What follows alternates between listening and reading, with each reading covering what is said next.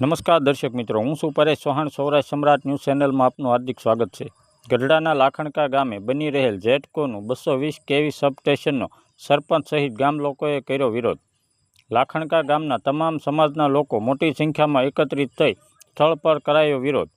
સ્થળ પર ગામ લોકોએ એક પેડ માં કે નામ, ગૌસર બસાવો સહિત સૂત્રોચ્ચાર કરી રામધૂન બોલાવી કર્યો વિરોધ.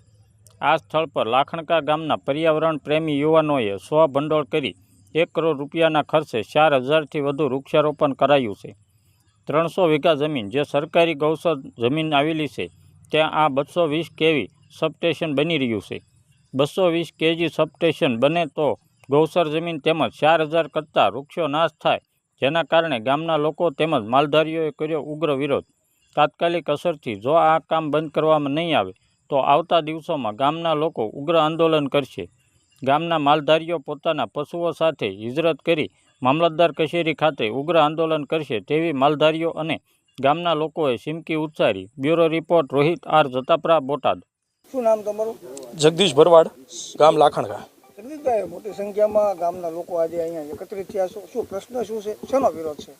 લાખણકા ગામની અંદર અંદાજે નાના મોટા 5000 પશુ છે. ગાયું, ભેંસું, બકરા, ઘેટા. અને સરકાર દ્વારા 220 kVની આ મંજૂરી ગૌસરમાં લાખણકાનું રેકોર્ડ એવો છે કે પડતર અને ગૌસર નક્કી કરવા સરકાર નક્કી નથી કરી ગઈ.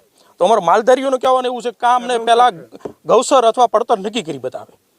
જો આની ઉપર કોઈ પણ કાર્યવાહી નહીં કરવામાં આવે કે કામ બંધ રાખવામાં નહીં આવે તો માલધારી સમાજ દ્વારા મામલતદાર કચેરીનો, કલેક્ટર કચેરીની જરૂર પડશે તો એમ ઘેરાવ કરવામાં આવશે. અને પશુધન લઈ અને અમારા બૈરા છોકરા લઈ અને એમ ત્યાં જઈ અને માલધારી સમાજ બધો મામલતદાર કચેરીનો ઘેરાવ કરવામાં આવશે. અને 10 દિવસ ત્યાં રહેવું પડે તો ત્યાં રહી અને માલધારીના બાળ બસા લઈ અને ત્યાં જવાના છીએ. એટલે અમારી સરકારશ્રીને વિનંતી છે કે અમારું આ ગૌચર એ બંધ રાખવામાં આવે, નકર અમે અમારા પશુ છે ક્યાં લઈને જઈશું? અમારે એ બાને હિજરત કરવી પડશે. તો સરકારને અમારી નમ્ર અપીલ છે, જો આ નહીં કરવામાં આવે તો ગાંધી સિંધિયા રાહે અમે આંદોલન કરશું.